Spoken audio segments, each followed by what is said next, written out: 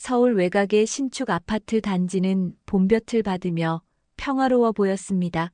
이곳에 사는 37살 도윤과 34살 소정, 그리고 5살 딸 예나는 평범한 가족이었죠. 도윤은 중견 기업에 다니며 성실하게 가정을 꾸려왔고, 소정은 전업주부로 집안일과 육아에 전념했습니다. 예나는 밝고 명랑한 아이로 유치원에서도 인기가 많았어요. 하지만 최근 몇 달 사이 이 가정에는 미묘한 변화가 생기기 시작했습니다. 소정의 모습이 조금씩 달라지고 있었던 거죠. 예전에는 화장을 거의 하지 않던 소정이 어느 날부터 진한 화장을 하고 외출하기 시작했습니다. 헬스장 회원권을 새로 끊더니 일주일에 서너 번씩 운동을 나갔어요. 휴대폰도 예전보다 훨씬 자주 들여다보고 메시지가 오면 황급히 확인하는 모습이 눈에 띄었습니다. 도윤은 처음엔 대수롭지 않게 생각했어요. 아내가 자기 관리를 한다는 게 나쁠 건 없잖아요. 오히려 좋은 변화라고 생각하려 했습니다. 육아 스트레스를 운동으로 푸는 거겠지 싶었죠. 그런데 시간이 갈수록 소정의 행동은 더 이상해졌습니다. 저녁 식사 시간에도 휴대폰에서 눈을 떼지 못했고 도윤이 말을 걸면 건성으로 대답하기 일쑤였습니다. 어느 날 저녁 도윤이 퇴근하자마자 소정이 급히 외출 준비를 했어요. 도윤이 어디 가느냐고 물으니 헬스장에 간다고 했습니다. 그런데 이미 오전에 다녀온 걸로 아는데 또 가냐고 묻자 소정은 짜증스럽게 대답했죠. 개인 트레이닝 수업이 추가로 잡혔다고요. 도윤은 이상하다는 생각이 들었지만 더 이상 묻지 않았습니다. 아내를 의심하고 싶지 않았으니까요. 예나도 엄마의 변화를 느끼고 있었습니다. 예전에는 유치원에서 돌아오면 엄마가 간식을 준비해주고 함께 놀아줬는데 요즘은 휴대폰만 보거나 외출 준비를 하느라 바빴죠. 예나가 엄마한테 그림책을 읽어달라고 조르면 소정은 귀찮은 듯이 나중에 하자고 미뤘습니다. 아이는 엄마의 차가운 태도에 점점 위축되어 갔어요. 소정의 외출은 갈수록 잦아졌습니다. 평일 낮에도 자주 나갔고 주말에도 용무가 있다며 집을 비우는 일이 많았어요. 도윤이 함께 가겠다고 하면 혼자 볼 일이라며 거절했습니다. 신용카드 명세서를 확인하던 도윤은 이상한 점을 발견했어요. 헬스장 외에도 모르는 카페와 음식점 결제 내역이 여러 건 있었습니다. 그것도 평일 낮 시간대에 말이죠. 어느 주말 오후 도윤이 예나와 놀이터에 나갔다가 일찍 돌아왔습니다. 집 앞 주차장에서 낯선 차를 봤어요. 조수석에 소정이 타고 있었고 운전석에는 젊은 남자가 있었습니다. 둘이 뭔가 이야기를 나누다가 웃고 있었죠. 도윤은 가슴이 철렁했지만 차마 다가가지 못했습니다. 혹시 동네 지인일 수도 있잖아요. 하지만 소정이 집에 들어와서는 어디 갔다 왔냐는 질문에 마트 갔다 왔다고 거짓말을 했습니다. 장바구니도 없이요. 그날 밤 도윤은 잠을 이루지 못했습니다. 아내가 혹시 바람을 피우는 건 아닐까 하는 의심이 머릿속을 떠나지 않았어요. 하지만 확신이 없었고 무엇보다 믿고 싶지 않았습니다. 그래서 스스로를 다독였죠. 기분 탓이겠지. 내가 예민한 거야. 소정이는 그럴 사람이 아니야. 하지만 소정의 태도는 날이 갈수록 냉랭해졌습니다. 도윤과 대화도 거의 하지 않았고 부부관계도 몇 달째 없었어요. 같은 침대를 쓰면서도 서로 등을 돌리고 잤습니다. 소정은 마치 이 집에 자기 몸만 있을 뿐 마음은 이미 다른 곳에 가 있는 것 같았어요. 그러던 어느 날 오후 도윤의 휴대폰에 유치원에서 전화가 걸려왔습니다. 담임 선생님의 목소리는 걱정스러워 보였어요. 예나 어머님이 안 오셨는데 연락이 안 된다고 했습니다. 도윤은 이상하다는 생각이 들었지만 일단 자기가 데리러 가겠다고 했죠. 회사를 급히 나와 유치원으로 향했습니다. 예나를 데리고 집으로 돌아온 도윤은 현관문을 열자마자 섬뜩한 느낌을 받았어요. 집안이 너무 조용했습니다. 평소 같으면 소정이 저녁 준비를 하고 있을 시간인데 아무 인기척이 없었죠. 거실로 들어가 보니 식탁 위에 종이 한 장이 놓여 있었습니다. 도윤은 떨리는 손으로 그 종이를 집어들었습니다. 거기엔 소정의 글씨체로 몇 줄의 문장이 적혀 있었어요. 미안해, 엄마로서 자신 없어. 행복을 찾고 싶어. 단 세 문장뿐이었죠. 도윤은 그 메모를 읽고 또 읽었지만 내용이 머릿속에 들어오지 않았습니다. 정신을 차리고 주위를 둘러보니 집안 곳곳에서 이상한 점들이 눈에 들어왔어요. 안방으로 들어가 옷장을 열어보니 소정의 옷 절반 이상이 사라져 있었습니다. 평소 즐겨 입던 옷들. 계절에 상관없이 가져갈 만한 것들이 모조리 없어진 상태였죠. 화장대 위에 있던 화장품들도 깨끗이 치워져 있었어요. 립스틱, 파운데이션, 향수병까지 자주 쓰던 것들은 하나도 남아있지 않았습니다. 욕실로 가보니 소정의 칫솔과 세면도구도 사라진 상태였어요. 서랍을 뒤적거려 보니 소정의 신분증과 통장, 도장까지 모두 없었습니다. 가장 충격적인 건 여권이었죠. 집에 보관하던 가족 여권 중에서 소정 것만 쏙 빠져 있었습니다. 도윤은 그제야 상황을 이해하기 시작했어요. 이건 단순히 잠깐 집을 나간 게 아니었습니다. 계획적으로 준비해서 떠난 거였어요. 그것도 언제 돌아올지 모르는 아주 먼 곳으로 말이죠. 아니, 어쩌면 영영 돌아오지 않을지도 모르겠다는 생각이 들었습니다.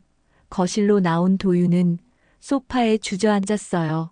온몸에 힘이 빠졌죠. 이럴 수가 있나. 결혼한 지 6년 아이까지 낳고 키우던 사람이 어떻게 이럴 수 있을까요? 그때 예나가 다가와 아빠 옷자락을 잡아당겼습니다. 엄마 어디 갔어? 엄마 보고 싶어. 아이의 맑은 눈동자에는 눈물이 그렁그렁 맺혀 있었어요. 도윤은 예나를 꼭 안아주며 괜찮아 엄마. 곧 올 거야라고 거짓말을 했습니다. 하지만 자기 목소리가 떨리는 걸 느낄 수 있었죠. 예나는 아빠 품에 안겨 한참을 흐느꼈어요. 그날 밤 도윤은 예나를 재운 후 소정의 휴대폰으로 전화를 걸었습니다. 신호음이 몇 번 울리더니 전원이 꺼져 있다는 안내 메시지가 나왔어요. 문자를 보냈지만 답장은 없었죠. 소정의 친구들에게도 연락해봤지만 아무도 소정의 행방을 모른다고 했습니다. 오히려 그 친구들도 깜짝 놀라며 도윤에게 무슨 일이냐고 되물었어요. 도윤은 제대로 설명할 수가 없었습니다. 다음 날 아침 도윤은 회사에 급히 휴가를 내고 소정을 찾기 시작했어요. 제일 먼저 소정이 다니던 헬스장으로 갔습니다. 데스크 직원에게 소정을 아냐고 물으니 아, 그분 요즘 안 보이던데요 라고 대답했죠. 혹시 개인 트레이너 선생님과 연락할 방법이 있냐고 물었더니 직원의 표정이 묘하게 변했습니다. 민수 선생님 말씀이세요. 그분 일주일 전에 갑자기 그만두셨어요. 도윤은 귀가 번쩍 뜨이는 걸 느꼈습니다. 민수라는 트레이너가 소정과 같은 시기에 사라진 거예요. 우연이라고 보기엔 너무 의심스러웠죠. 직원에게 민수의 연락처를 물었지만 개인정보라 알려줄 수 없다는 대답만 돌아왔습니다. 도윤은 발길을 돌리며 주먹을 꽉 쥐었어요. 이제 확신이 들었습니다. 소정은 그 트레이너와 함께 도망친 거였어요. 집으로 돌아온 도윤은 소정의 신용카드 사용 내역을 꼼꼼히 확인했습니다. 최근 몇 달간의 결제 기록을 살펴보니 이상한 패턴이 보였어요. 평일 낮 시간대에 모텔 근처 편의점에서 결제한 내역이 여러 건 있었죠. 음식 배달 앱 사용 기록도 자세히 보니 집 주소가 아닌 다른 곳으로 배달된 것들이 있었습니다. 부동산 앱 결제 내역도 눈에 띄었어요. 도윤은 부동산 거래 내역을 추적해봤습니다. 놀랍게도 소정 명의로 시내 오피스텔이 한 달 단기 계약되어 있었어요. 그것도 석 달 전부터였죠. 도윤은 그 주소를 메모했습니다. 하지만 이미 계약 기간이 지난 상태였고 전화해보니 현재는 비어있다는 답변만 들었어요. 소정은 치밀하게 준비해왔던 겁니다. 불륜 상대와 만날 공간까지 마련해두고 남편 몰래 수개월간 이중 생활을 해온 거예요. 도윤의 가슴속엔 분노와 배신감이 끓어올랐습니다. 동시에 깊은 슬픔이 밀려왔어요. 어떻게 이럴 수 있을까? 함께 꾸려온 6년의 세월이 이렇게 허무하게 무너질 수 있단 말인가? 하지만 가장 큰 충격은 따로 있었습니다. 소정은 단순히 남편을 배신한 게 아니라 5살짜리 딸마저 버리고 떠났다는 사실이었죠. 아이에게 이 상황을 어떻게 설명해야 할까요? 도윤은 며칠 동안 잠도 제대로 자지 못한 채 소정의 행적을 추적했습니다. 은행에 가서 소정 명의 계좌의 거래 내역을 확인해 봤어요. 최근 석 달 동안 매달 일정 금액이 현금으로 인출되고 있었죠. 금액도 적지 않았습니다. 한 번에 100만 원에서 200만 원씩 빠져나갔어요. 생활비 명목으로 받은 돈을 몰래 빼돌린 거였습니다. 통신사에 가서 소정의 통화 기록도 열람했어요. 법적으로 배우자는 조회가 가능했죠. 출력된 통화 내역을 보는 순간 도윤의 손이 부들부들 떨렸습니다. 최근 석 달간 가장 많이 통화한 번호가 있었어요. 하루에도 수십 통씩 주고받은 흔적이 보였죠. 통화 시간도 길게는 1시간 넘게 이어진 적도 있었습니다. 도윤은 그 번호로 전화를 걸어봤지만 역시 전원이 꺼져 있다는 안내만 나왔어요. 헬스장에 다시 찾아간 도윤은 다른 트레이너들을 만나 민수에 대해 물어봤습니다. 처음엔 모두들 말을 아꼈지만 도윤이 사정을 설명하자 한 트레이너가 조심스럽게 입을 열었어요. 민수가 최근 들어 돈을 많이 쓰고 다녔다고 했습니다. 새 차도 뽑고 명품 옷도 사입더라는 거예요. 트레이너 월급으로는 감당하기 힘든 수준이었다고 했죠. 그리고 회원 중 한 명과 가깝게 지내는 것 같더라는 말도 덧붙였습니다. 도윤은 집으로 돌아와 소정의 물건들을 더 뒤져봤어요. 서랍장 구석에서 영수증 몇 장을 발견했습니다. 부산의 한 부동산에서 발행한 계약서 사본이었죠. 임대차 계약서를 자세히 보니 소정 명의로 부산 해운대구의 오피스텔이 계약되어 있었어요. 계약 시작일은 일주일 전이었습니다. 도윤은 부산으로 가는 기차를 예매했어요. 다음 날 새벽 첫 차를 타고 부산으로 향했습니다. 해운대의 그 오피스텔을 찾아갔지만 이미 집은 비어 있었어요. 관리실에 가서 물어보니 일주일 전에 짐을 들여왔다가 사흘 만에 다시 빼고 나갔다고 했습니다. 젊은 남녀 둘이서 왔더라는 거예요. 이사짐도 별로 없었고 큰 캐리어 몇 개만 들고 왔다 나갔다 했다고 했죠. 관리인은 뭔가 도망 다니는 사람들 같더라고 덧붙였습니다. 도윤은 그 오피스텔 근처를 돌아다니며 혹시 소정을 본 사람이 있나 물어봤어요. 근처 편의점 주인이 그 커플을 기억하고 있었습니다. 여자가 꽤 예쁘장하게 생겼고 남자는 운동을 하는 사람 같아 보였다고 했죠. 둘이 자주 와서 생필품이랑 술을 사갔는데 마지막으로 본 게 사나흘 전이라고 했어요. 그 후론 안 보였다는 겁니다. 도윤은 경찰서를 찾아갔습니다. 실종 신고를 하려고 했어요. 하지만 경찰은 난감한 표정을 지었습니다. 성인이 자발적으로 집을 나간 경우 실종으로 처리하기 어렵다는 거였죠.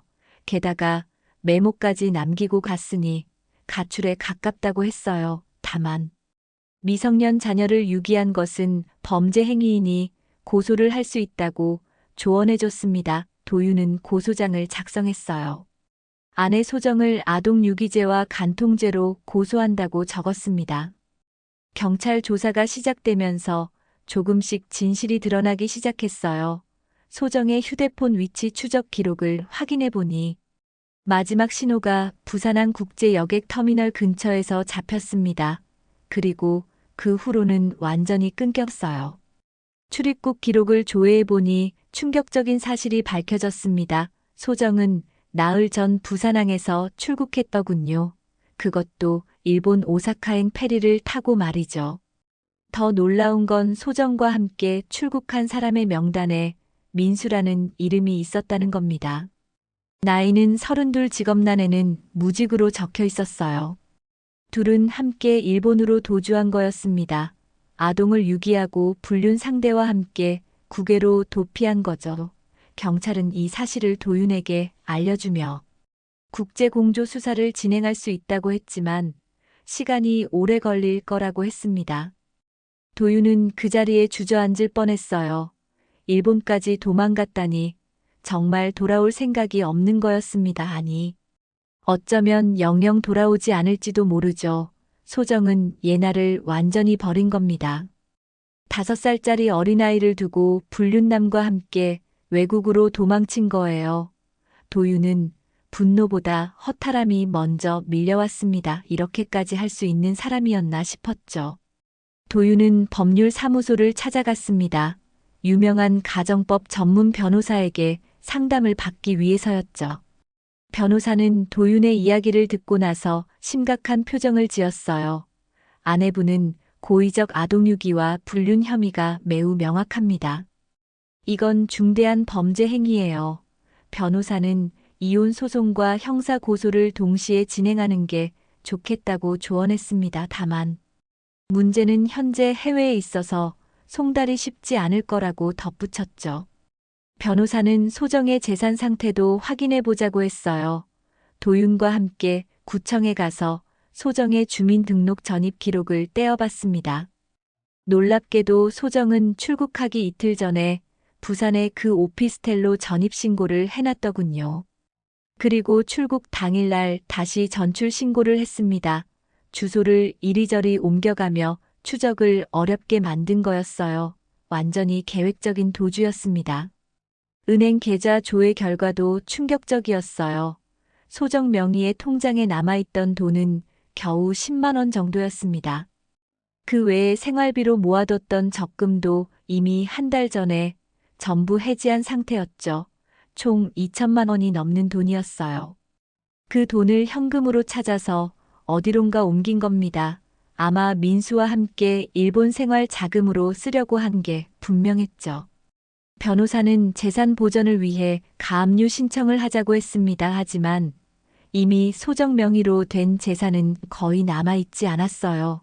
집도 도윤 명의였고 차도 도윤 명의였죠. 소정은 자기 앞으로 된 재산을 모두 정리한 후 떠난 겁니다. 변호사는 한숨을 쉬며 정말 치밀하게 준비했네요 라고 말했어요. 최소 몇 달 전부터 계획을 세운 것 같다고 덧붙였습니다. 도윤은 집으로 돌아와 소정이 남긴 흔적들을 더 찾아봤어요. 컴퓨터를 켜서 인터넷 검색 기록을 확인했습니다. 놀랍게도 3달 전부터 일본 생활 정보를 검색한 기록이 수두룩했죠. 오사카 집 구하는 방법. 일본 장기 체류 비자, 한국인이 일본에서 일자리 구하는 법 등등. 소정은 이미 오래전부터 일본행을 준비하고 있었던 겁니다. 소셜미디어 계정도 확인해 봤어요. 소정의 계정은 모두 비공개 처리되어 있었습니다. 친구 목록도 대부분 삭제된 상태였죠. 남아있는 게시물도 몇 달 전 것이 마지막이었어요. 소정은 흔적을 지우며 떠난 겁니다. 마치 처음부터 이 가족의 일원이 아니었던 것처럼 말이죠. 도윤은 소정의 친구들에게 다시 한번 연락을 돌렸습니다. 혹시 소정이 일본 간다는 이야기를 들은 적 있냐고 물었어요. 한 친구가 조심스럽게 입을 열었습니다. 2달 전쯤 소정이 요즘 사는 게 답답하다고 했다더군요. 남편은 일만 하고 아이는 힘들고 자기 인생이 이게 다냐고 푸념했다고 해요. 그때는 그냥 육아 스트레스인 줄 알았는데 진짜로 떠날 줄은 몰랐다고 했습니다. 또 다른 친구는 소정이 최근에 헬스장에서 만난 좋은 사람이 있다고 살짝 언급했었다고 털어놨어요. 하지만 구체적으로 누군지는 말하지 않았다고 했죠. 그리고 몇 주 전 마지막으로 만났을 때 소정이 묘하게 들떠 있었다고 했습니다. 마치 새로운 인생을 시작하는 사람처럼 말이에요. 그 친구는 지금 생각해보니 그때 이미 도망갈 준비를 하고 있었던 것 같다고 말했습니다. 도윤은 예나의 유치원 선생님도 만났어요. 선생님은 최근 몇 달간 예나의 상태가 좋지 않았다고 했습니다. 전에는 밝고 활발하던 아이가 점점 조용해지고 위축되더라는 거예요. 그림을 그리면 엄마 그림이 점점 작아지고 희미해졌다고 했죠. 아이도 본능적으로 엄마가 멀어지고 있다는 걸 느꼈던 겁니다. 변호사는 이혼 소송 준비를 시작했어요. 소정에게 공시송달로 소장을 보내기로 했습니다. 해외에 있어서 직접 송달이 불가능하니 법원 게시판에 공고하는 방식이었죠. 시간은 오래 걸리지만 법적으로 유효한 방법이었습니다. 동시에 친권과 양육권도 도윤이 단독으로 갖는 것으로 신청했어요. 소정의 아동유기 사실이 명백하니 법원이 받아들일 가능성이 높았습니다. 도윤은 매일 밤 예나를 재우고 나서 홀로 술을 마셨어요. 어떻게 이런 일이 일어날 수 있을까? 자신에게 문제가 있었을까 생각에 잠겼습니다. 하지만 아무리 생각해도 답은 나오지 않았죠. 소정은 그저 자기 행복만을 선택했고 가족은 버린 겁니다. 5살짜리 딸의 미래 따윈 안중에도 없었던 거예요. 소정과 민수는 오사카에 도착한 지 일주일 만에 현실의 벽에 부딪혔습니다. 일본에서 장기 체류하려면 적절한 비자가 필요했어요. 관광 비자로는 석 달밖에 머물 수 없었죠. 취업 비자를 받으려면 일본 회사의 초청장이 필요했는데 그런 건 구하기가 하늘의 별 따기였습니다. 민수는 한국에서 트레이너로 일했지만 일본에서는 자격증도 인정받지 못했어요.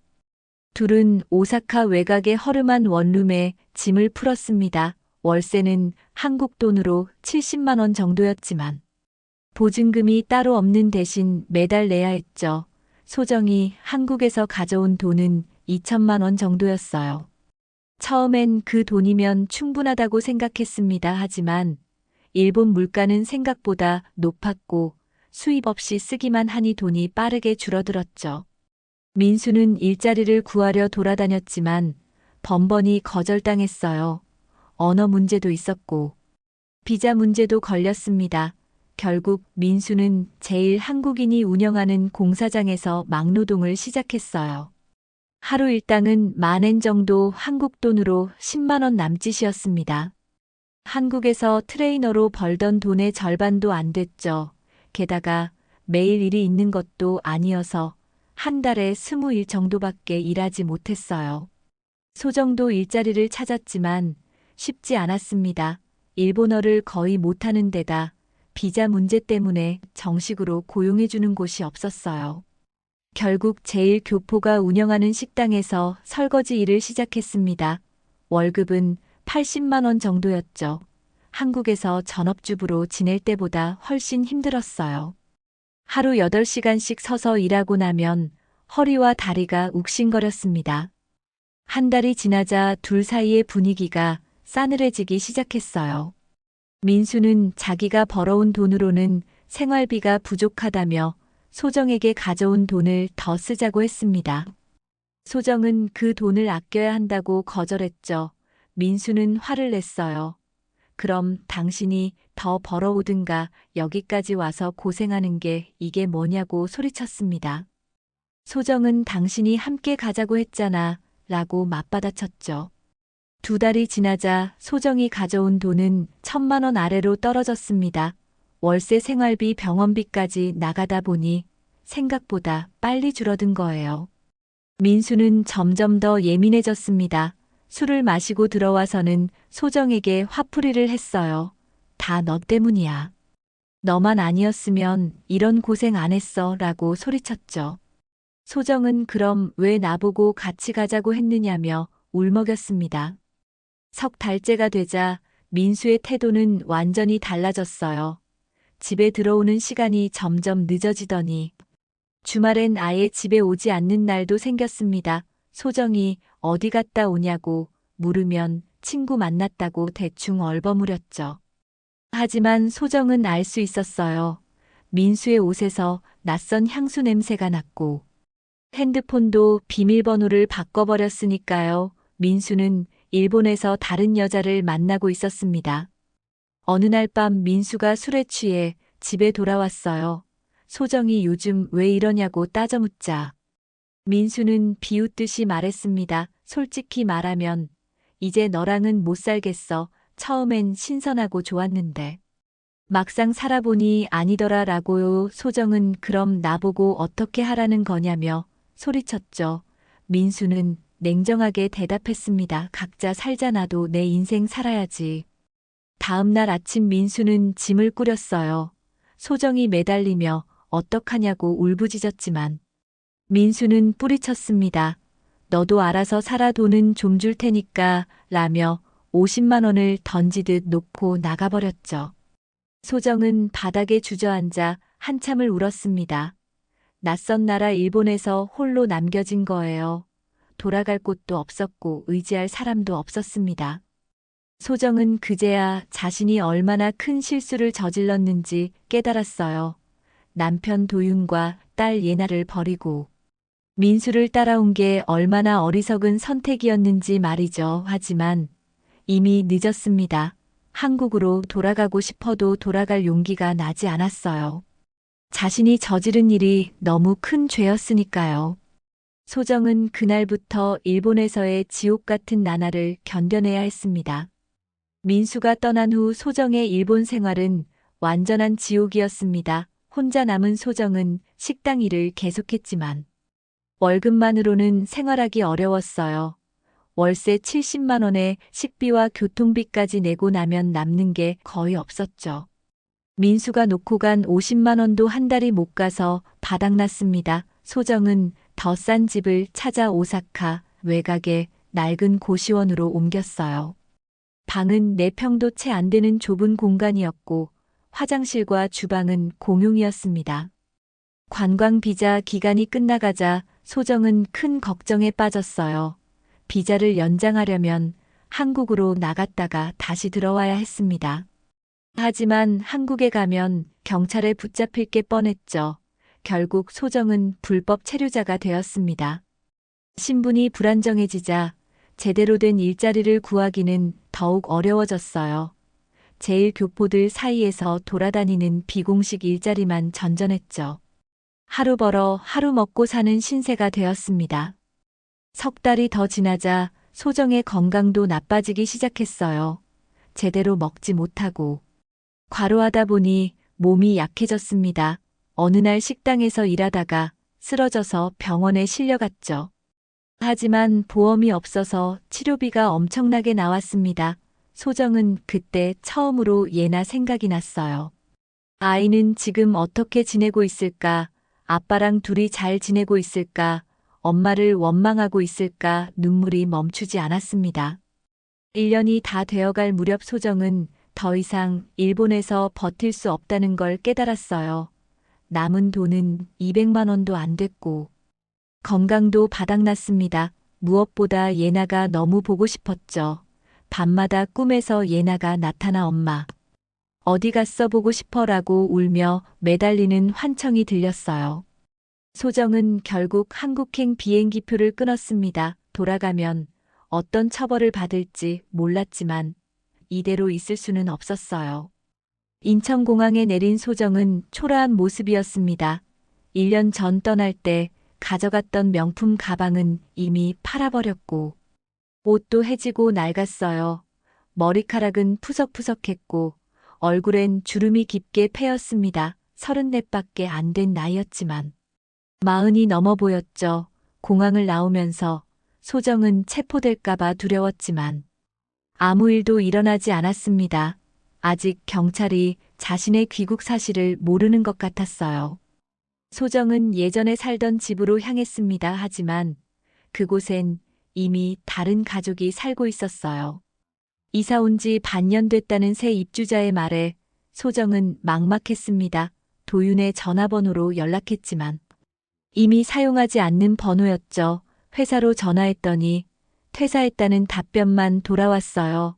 도윤은 직장까지 옮긴 겁니다. 소정은 갈 곳이 없어서 찜질방에서 하룻밤을 보냈습니다. 다음 날 소정은 예전 친구들에게 연락을 시도했어요. 하지만 대부분 전화를 받지 않았고 받는 사람들도 차갑게 대했습니다.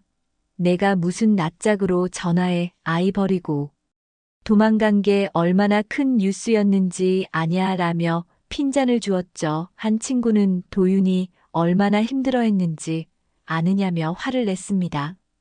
예나가 엄마 찾으며 울던 모습을 본 사람들이 얼마나 마음 아파했는지 알기나 하냐고 소리쳤어요. 소정은 미안하다는 말밖에 할 수 없었습니다. 은행에 가서 자기 명의 통장을 확인해 보니 모든 계좌가 압류된 상태였어요. 법원 명령으로 동결됐다는 안내문이 붙어 있었습니다. 도윤이 이혼 소송과 함께 재산 보전 신청을 한 거였죠. 소정은 손에 든 200만 원이 전 재산의 전부였습니다. 집도 없고 돈도 없고 갈 곳도 없었어요. 소정은 구청에 가서 도윤의 새 주소를 알아내려 했지만 개인정보라며 알려주지 않았습니다. 소정은 예나가 다니던 유치원 앞에서 기다렸어요. 혹시 예나를 볼 수 있을까 해서였죠. 하지만 아무리 기다려도 예나는 나타나지 않았습니다. 유치원 선생님에게 물어보니 예나는 이미 전학을 갔다고 했어요. 어디로 갔는지는 알려줄 수 없다는 답변만 돌아왔습니다. 소정은 그 자리에서 무너져 내렸죠. 이제 딸을 만날 방법조차 없어진 겁니다. 소정은 며칠 동안 거리를 헤매며 도윤을 찾아다녔습니다. 도윤의 회사 동료들을 수소문해서 겨우 새 회사 이름을 알아냈어요. 더 큰 기업으로 이직했다는 소식을 들었죠. 소정은 그 회사 앞에서 퇴근 시간까지 기다렸습니다. 저녁 7시쯤 되자 직장인들이 하나둘씩 나오기 시작했어요. 소정은 떨리는 마음으로 사람들 사이를 살폈습니다. 1시간을 기다렸을까 익숙한 뒷모습이 보였어요. 도윤이었습니다. 1년 만에 보는 남편의 모습은 많이 달라져 있었죠. 조금 야위었지만 표정은 전보다 차분해 보였습니다. 소정은 용기를 내서 다가가려 했지만 발이 떨어지지 않았어요. 도윤은 주차장 쪽으로 걸어가고 있었고 소정은 뒤따라가며 이름을 불렀습니다. 도윤아라고 작게 외쳤죠. 도윤이 걸음을 멈추고 천천히 돌아봤어요. 소정과 눈이 마주치는 순간 도윤의 표정이 굳어졌습니다. 놀라움도 반가움도 아닌 차가운 무표정이었죠. 소정은 다가가며 말했어요. 나야 소정이야. 1년 만이지. 도윤은 아무 말 없이 소정을 위아래로 훑어봤습니다. 초라하게 변한 아내의 모습을 확인하듯이 말이에요. 소정은 떨리는 목소리로 말을 이어갔습니다. 미안해. 정말 미안해. 내가 미쳤었어. 돌아왔어. 도윤은 여전히 무표정한 얼굴로 너 왜 돌아왔어? 라고 냉정하게 물었죠. 소정은 예나 보고 싶어서. 그리고 당신한테 용서받고 싶어서 라고 대답했습니다. 눈물이 뺨을 타고 흘러내렸어요. 도윤은 비웃듯이 콧방귀를 뀌었습니다. 지금 와서 용서를 바라. 도윤의 목소리는 얼음장처럼 차가웠어요. 넌 예나를 버렸어. 5살짜리 아이를 혼자 남겨두고. 불륜남이랑 일본까지 도망갔잖아. 소정은 그건 내가 잘못 생각했어. 정신을 못 차렸어. 라며 변명했습니다. 도윤은 고개를 저으며 말했죠. 이제 와서 그런 변명이 통할 것 같아. 넌 엄마 자격도 아내 자격도 없어. 소정은 도윤 앞에 무릎을 꿇었습니다. 주변 사람들이 쳐다봤지만 신경 쓰지 않았어요. 제발 한 번만 용서해줘. 다시는 이런 짓 안 할게. 예나한테도 좋은 엄마가 될게. 소정은 흐느끼며 애원했습니다. 도윤은 차갑게 내려다보며 말했어요. 예나는 이제 엄마가 필요 없어. 나랑 둘이 잘 지내고 있거든. 소정의 얼굴이 창백해졌습니다. 제발 예나만이라도 보게 해줘. 한 번만 보고 싶어. 소정이 울부짖었지만 도윤은 고개를 저었어요. 안 돼. 넌 예나한테 상처만 줄 뿐이야. 이미 법원에서 내가 단독 양육권을 받았어. 너한테는 제한적 면접 교섭권만 있고. 그것도 법원 허가가 필요해.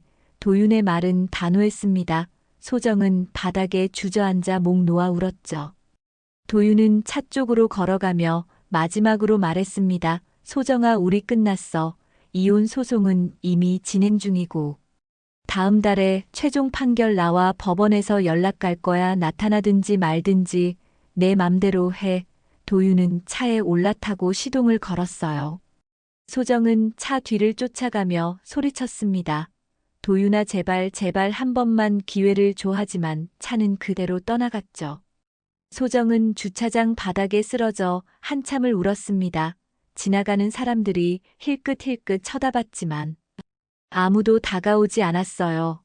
1년 전 자신이 얼마나 어리석은 선택을 했는지 이제야 뼈저리게 느꼈습니다. 행복을 찾겠다고 가족을 버렸지만 손에 쥔 건 아무것도 없었죠. 민수는 자신을 버렸고 딸은 만날 수도 없고 남편은 돌아서 버렸습니다. 밤이 되어서야 소정은 몸을 일으켰어요. 갈 곳이 없었지만 일단 움직여야 했습니다. 근처 찜질방으로 향하며 소정은 생각했죠. 내가 이렇게까지 망가질 줄은 몰랐어. 1년 전에 나는 정말 바보였어. 하지만 후회해도 이미 늦었습니다. 도윤의 차가운 눈빛이 모든 걸 말해주고 있었어요. 용서는 없다고, 다시는 가족으로 돌아갈 수 없다고 말이죠. 한 달 후 가정법원에서 이혼 재판이 열렸습니다. 소정은 법원에 출석했지만 변호사를 선임할 돈이 없었어요. 홀로 피고석에 앉아 재판을 받아야 했죠.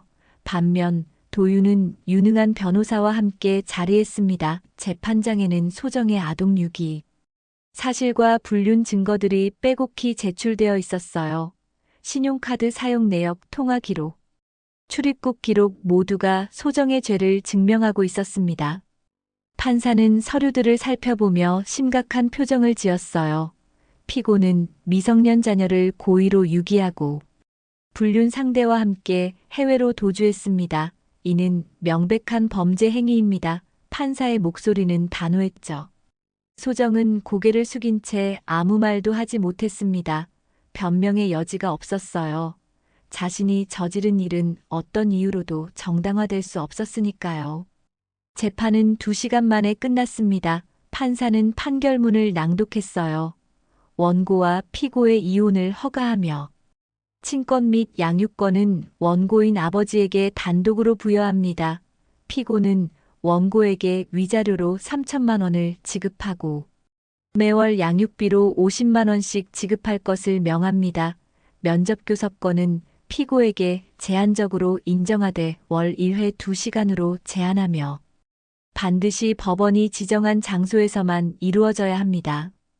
소정은 판결문을 받아들고 법정을 나왔습니다. 다리에 힘이 풀려 비틀거렸지만 붙잡아줄 사람은 아무도 없었어요. 복도 벤치에 앉아 판결문을 다시 읽어봤습니다. 글자 하나하나가 가슴에 비수처럼 꽂혔죠. 위자료 3천만 원, 양육비 매월 50만 원. 일본에서 남은 돈 200만 원으로는 한 달 생활비도 안 될 텐데 앞으로 어떻게 살아가야 할까요? 법원을 나온 소정은 멍하니 거리를 걸었습니다. 지나가는 사람들은 모두 행복해 보였어요. 손을 잡고 걷는 연인들, 아이를 안고 웃는 부부들, 자신도 1년 전까지는 그런 평범한 행복 속에 있었죠. 하지만 스스로 그 행복을 걷어차버렸습니다. 더 큰 행복을 찾겠다고 욕심을 부렸다가 모든 걸 잃어버린 거예요. 한강 다리 위에 서서 소정은 물을 내려다봤습니다. 이렇게 끝내버릴까 하는 생각도 들었어요. 하지만 그럴 용기조차 나지 않았습니다. 살아서 이 벌을 받아야 한다는 생각이 들었죠. 예나에게 저지른 죄, 도윤에게 저지른 죄. 그 죄값을 치르며 살아가는 게 자신의 운명이라고 느꼈어요. 소정은 다리 난간에서 물러나 터덜터덜 걸어갔습니다. 반면 도윤과 예나는 새 아파트에서 조용하지만 따뜻한 생활을 이어가고 있었습니다. 예나는 새 유치원에 잘 적응했고 친구들도 많이 사귀었어요. 처음엔 엄마를 찾으며 울기도 했지만 시간이 지나면서 조금씩 안정을 되찾았죠. 도윤은 예나에게 충분한 사랑을 주려 노력했습니다. 퇴근 후엔 항상 예나와 함께 시간을 보냈어요. 어느 주말 오후 도윤과 예나는 공원에 나왔습니다. 예나는 그네를 타며 깔깔거리고 웃었어요. 도윤이 뒤에서 그네를 밀어주며 물었죠. 예나야 행복해? 예나는 고개를 끄덕이며 대답했습니다. 응, 아빠랑 있으면 행복해. 도윤은 가슴이 뭉클했어요. 이 아이를 지켜내기 위해 그동안 얼마나 힘들었는지 몰라주겠지만 상관없었습니다. 그네에서 내린 예나가 도윤의 손을 꼭 잡으며 말했어요. 아빠, 우리 앞으로도 계속 함께 있을 거지. 도윤은 예나를 안아 올리며 대답했습니다. 물론이지. 아빠는 절대 예나 곁을 떠나지 않아. 예나는 아빠 목을 꼭 껴안았죠. 멀리서 보면 정말 평범한 아버지와 딸의 모습이었습니다. 하지만 둘은 함께 큰 시련을 겪고 이겨낸 가족이었어요. 저녁이 되어 집으로 돌아가는 길에 예나가 물었습니다. 아빠, 엄마는 언제 와? 도윤은 잠시 말을 멈췄다가 조심스럽게 대답했어요. 엄마는 지금 못 와. 하지만 예나를 사랑하는 건 변함없을 거야. 예나는 고개를 끄덕이며 그럼 나는 아빠랑 있을래? 라고 말했습니다. 도윤은 예나의 작은 손을 꼭 잡았죠. 그날 밤 예나를 재우고 나서 도윤은 거실 창가에 섰습니다. 1년이라는 시간 동안 정말 많은 일이 있었어요. 아내의 배신, 홀로 아이를 키우는 고통, 법정 싸움까지 모든 게 힘들었지만 이겨냈습니다. 이제는 예나와 함께 새로운 삶을 만들어갈 일만 남았죠. 도윤은 밤하늘의 별을 바라보며 생각했습니다. 진짜 가족은 끝까지 함께하는 사람들이라고 말이에요. 한편 소정은 고시원 좁은 방에 누워 천장을 바라보고 있었습니다. 내일부터 구직 활동을 시작해야 했어요. 위자료와 양육비를 벌어야 했으니까요. 하지만 무엇보다 예나를 보고 싶었습니다. 법원이 정한 면접 교섭일까지는 아직 20일이나 남아 있었죠. 그때까지 버틸 수 있을까? 소정은 눈물을 흘리며 중얼거렸어요. 예나야, 엄마가 정말 미안해. 돌이킬 수만 있다면.